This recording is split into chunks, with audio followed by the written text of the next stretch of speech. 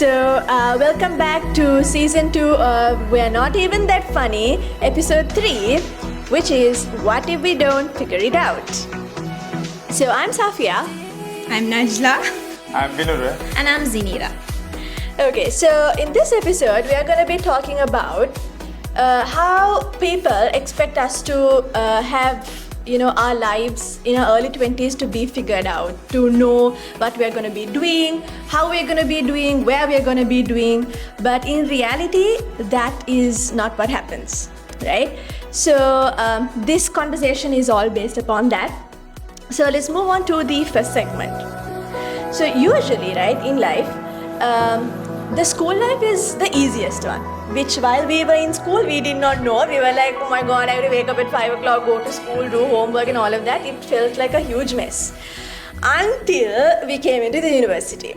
So where we were asked to sort of basically figure things out on our own, what we want to do, what we want to study, and the whole path and everything, right? Basically, we were left to ourselves alone. So, the first question is to narrate a scenario where you guys had the thought of, what if I don't figure this out? I think Vinura should start it. Okay, let's go, Vinura. Okay, so I did bio for A-level, so that was with the expectation of becoming a doctor one day. So I couldn't get into Colombo with my results, but I had the chance to go to Pera or Japura. I had a chance to choose between the two.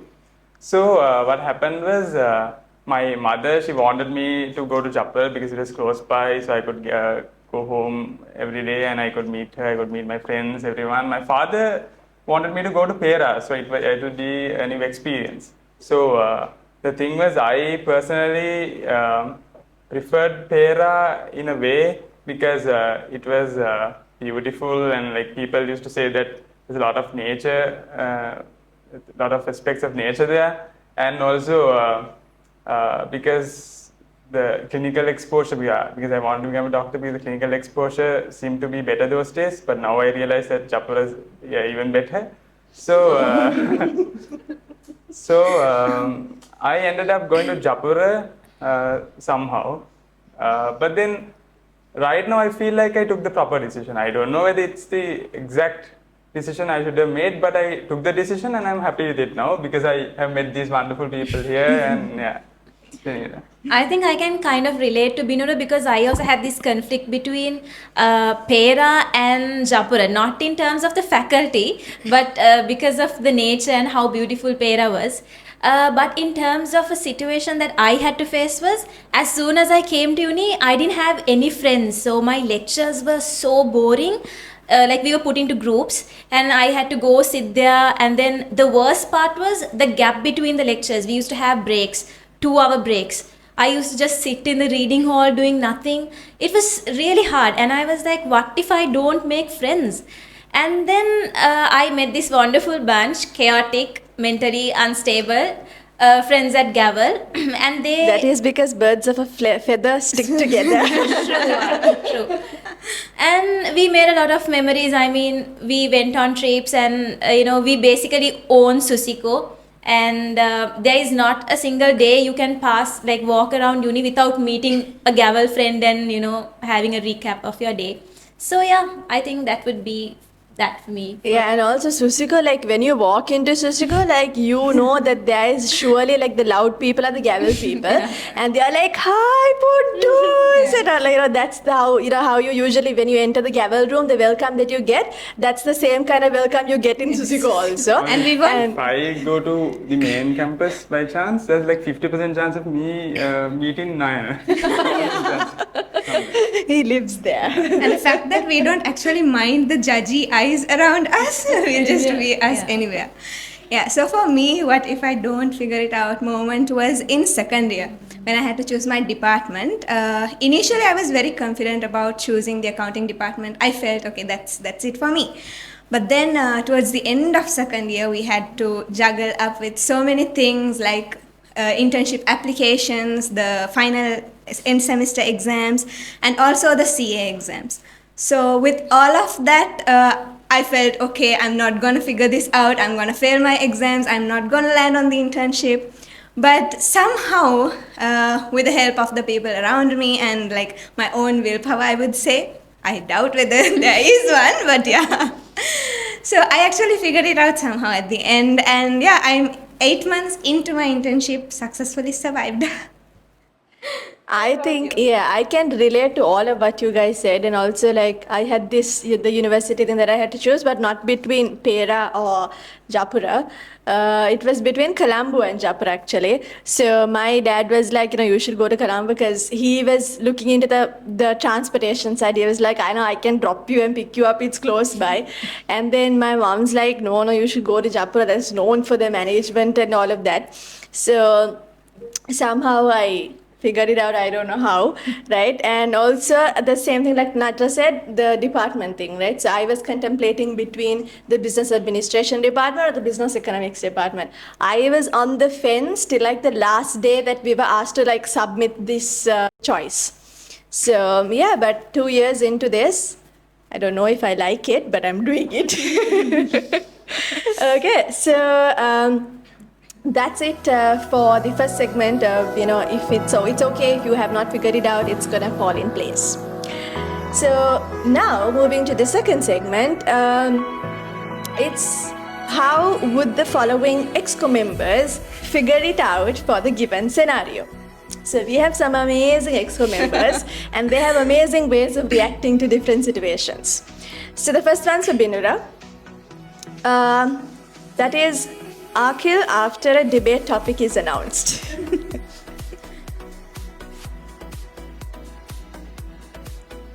Bro, this topic is hard to digest. I'll send you a Google Doc link. You just add in whatever you want, and then I'll add in whatever I can. It has ChatGPT as well. Bro, it says that there's an 87.1% chance of us winning this. Oh my god, for a minute I saw Akhil here. I can picture him. Yes. Okay. And then for Z, Kavya entering the Gavel room late for a meeting. Okay, so she'll be like, hi guys, what's the time? Am I late? And then she'll have the weirdest excuses. She'll be like, my neighbor gave birth to a baby. Deliver the baby. Yeah, I don't know. She'll be like, Yeah, these like excuses you can't even like question. You can't even be like, why did the neighbor deliver the baby in the time that they had a meeting? Yeah. You can't ask that. And it'll be the first time you are hearing that excuse in kind your of, life. she has the best excuses, I would say. Yeah. So that's Kavya, guys. And then for Naj, Akila in any situation. I don't know. I need somebody to see that scene. Or she'll be sending like very violent or very confused stickers on WhatsApp, like holding some weird animal, a cow or a chick or something like that. The stick figure. Yeah, that would be Akila. Yeah. She is someone who can make like 100 emojis in like 2 seconds. Face is so expressive. Face is so expressive. And your chance, Safia. So how would Sandra react in a very serious discussion? That is Sanduru, guys. He has this iconic bale bale step that he does, okay? And it'll be a very serious situation. He's always chill, right? He is very very chill. chill. Like maybe like Osud is pestering him to give him some poster before like 6 p.m. 5:59, he's like like that, right? So he is that kind of a guy. So he is. He doesn't stress about things. Even during Gavel meetings, like the EXCO meetings, Yeah. like Yeah. he will just drop the most random ideas and And even suggestions. the last day when like people were all emotional, he'll Yeah, be raising showing the very chill. So yes, that is Sanduru. Okay. So then that's for our second segment, getting to know about beautiful EXCO members. And now moving on, this is like a pick question, right? Which one would you rather figure out? So for Naj, I'll give you 2 options. Would you rather find your passion or find a time where all EXCO members are available? Oh my god, I don't even have to think about it. Finding the passion would be the easiest out of the two because I don't think since the first day we took up the expo, all of us haven't been in badminton, right? So yeah, even like half of them. Speech master. Speech Yeah, Master except Grand for Finale. Speech Master Grand Finale, luckily. And even like half of that I was not there. So finding my passion would be way easier to figure out I than think we one even time. missed the installation Yeah, together. we We were did. not there for the Yeah, I and the missed the trip. trip as I missed so much. They actually ditched me. It's not me missing, they ditching me. We That's can't because help that's it. because the availabilities were not syncing. So yeah, that is very difficult to figure out. Okay, and then for Binura, is it preparing a speech or preparing for a podcast? Well, if you asked me this question before I came here, I would have said that it is preparing for a podcast because we have all done speeches as cavaliers, even though we can't do either of the two properly. So, anyways, we have done. So, but now I feel like podcasts are much easy because you have like wonderful people like you all around. Let's take that as a That is- compliment. Yeah. Co-stars. Co-stars. Okay, all right. And for Z, is it dealing with the finance crew or the media crew? I think you all know the answer for that because I think I've worked a lot with the media crew and it's fun. It's fun. That fun says it all. Yeah, I mean we have a lot of contradicting opinions. Like one person is like change the color, change the font, and that and this. So it's a bit hard. So I would pick the finance crew. I think. Thank you very much. She thinks it's easy dealing with us. Okay, thank you, Zinira. And for Safia, like, would it be selecting a sari color or selecting a place to have our meals after educational meeting or something? Okay, so sari color is difficult, right? Because everyone has the last time we were selecting sari color How for many installation. options? Yeah, How many people, people? more? Guys, I'm clueless about it. And then the guys would say we can't wear this color Yeah, tie. just for the tie. Yeah. And I remember we even like I was wearing like a mauve like a dress and y'all Yeah, were like yeah, this like is the this color is we the colour. want and then one person is like cut and give a piece we'll go to PETA with that, like that's how difficult it is. But what's more difficult to figure out is where we want to eat. So the first step is we think about, okay, are we going to go out and eat or are we going to Uber it to the place we are? If we are going to Uber it, is it Almas or is it Keels? Right? If you are going out, it's like, are we like going somewhere like, what's that cafe? That the Harry Potter thing? Yeah, that Hogwarts cafe. Or if we walk down the whole Vijayarama and then end up near Keels and be like, no, we didn't find anywhere. We'll go home. 138 comes, everyone gets and goes home there. So it's... And the transportation, like how many people can we fit in? Fit in, yeah. And if we are going out and we have vehicles, how many can we squeeze into one vehicle? That itself takes another 15 minutes. So yeah, it will be for me most difficult to figure out is the place that we're going to eat after a meeting. Okay, so that wraps up that segment. And moving on to a bit of a serious part because I mean, not like we have figured out things, we are still clueless, but we are not as clueless as we were in the first year, so we are a bit experientially clueless. So, if there was an advice that you would give your first year selves, what would it be? So, I'll go first. So, for me, it'll be that, to never doubt yourself. Because like whatever opportunities that throws at you and it's at a point where you want to take it, like you are like partially ready for it, you have the passion to it, but you're still doubting yourself, like what if I am not able to deliver that performance that the people expect of me, or what if I don't meet that particular standard. So I was doubting myself, and I can relate to this so much because this happened to me when the Speech Master 2025, and I was asked to take the position of the Contest Master. And I agreed at the beginning, but from the day that I agreed till the very last moment, I was doubting myself, and to a position where I was not. I was like, I'm going to tell the coaches that I can't do this. She would rant to me in WhatsApp every night. Every night can't I'd be do like, this. oh my God, because I have not done something impromptu on stage in front of a big crowd, and that, slightly gives me like a tingly feeling, which I don't want. So I was doubting myself so much until I, went up on stage and I started saying the first word.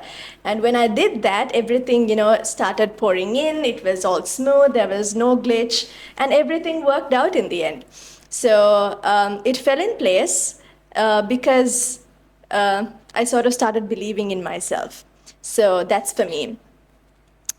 Yeah. So what about for you, Naj? So for me, it would be to the advice I would give my first year self is to trust in your timeline, as in don't compare yourself with something else someone else is doing, because everyone has their own timeline and their own clock. So just like you look at someone and think, oh my God, this person has figured it out, their life is so easy, someone else out there is looking at you and they are thinking, oh my God, Najla has figured it out. This happened to me mostly when I was in the second year. All my department people were either ACCA finalists or CA finalists, but I was just there in the business level, which is the initial stage. So I doubted myself so much, like, okay, they are achieving many things in the second year itself, but I'm behind. I was afraid of falling behind, to the point that I just gave up. Okay, I don't want to become a chartered accountant. I just stopped doing exams until like I realized, okay, like let them do them, I'll do me. And I started again. I did exams, and yeah, I've realized that you don't have to always compare. I mean, don't compare your timeline with anyone else at all. Yeah, that would be my advice. Yeah, that's something like I can relate to as well, because like in our, like usually in the like management faculty, everyone's doing like a double degree or something extra, right? They're very competitive. They're like doing some professional qualification and something like that, to the extent that if you don't do something, you feel very ordinary. You feel like I'm not doing enough. So that pressure is always there. So yeah. Z. So for me, it would be, I would tell my first year self to grab as many opportunities as you can, because just after school we are in this mindset that okay, study and pass exams, get first class, get A's. That's the mindset we enter uni with. But eventually I realized that as a state university undergraduate, we are handed over so many opportunities, like competition, so many skills to explore, but no one is there to guide us. We have to make sure that we grab these opportunities. I especially learned this last year when I applied for Speech Master. I was like, okay, I'll just apply for it for the sake of it. I'm not going to compete. Like, if I feel like it, I would compete. And then somehow Ranulia kind of pushed all of us. She was like, no, just make use of the opportunity. Just do it. And I competed, and I got this wonderful set of mentors like Kaumudiyaki, Mutyaya, Subhaniyaki, Minaliyaki and Ashfaqaya, and they taught me the importance of just grabbing the opportunity. It's not about winning or excelling in something. And so my advice would be, you will be given plenty of opportunities. Kind of analyze those opportunities and figure out which opportunities will benefit you and go for it. That would be my advice. What about you, Binura? Yeah, so what I feel like is we don't always need to figure out how something should be done. Okay, so we could be having a problem, and what usually happens is people try to find the perfect solution for it, but then that actually works very rarely, right? Yeah. Very rarely you find the perfect solution. So most probably you will just do something to end up doing something. But the thing is, at the end of the day, everything is going to fall into place. You can call it God, you can call it nature, it's up to you, it's your belief. But then everything is going to fall in place at the end of the day. And also something I've realized is, in 2 years' time, whatever you are trying to figure out now won't even matter. So don't worry. Totally. So that wraps up Yeah. to what we wanted to convey I today. have to add something to Yes. it. So, those of y'all who are listening to us, and after listening to all the advice, if you still feel clueless, congratulations, you're on the right track. Yes, so we are also a bunch of clueless people sitting here and trying to give you a little bit of what we've learned. So if you did not take something out of it, perfect, you will figure it out. So that's it. Thank you for watching.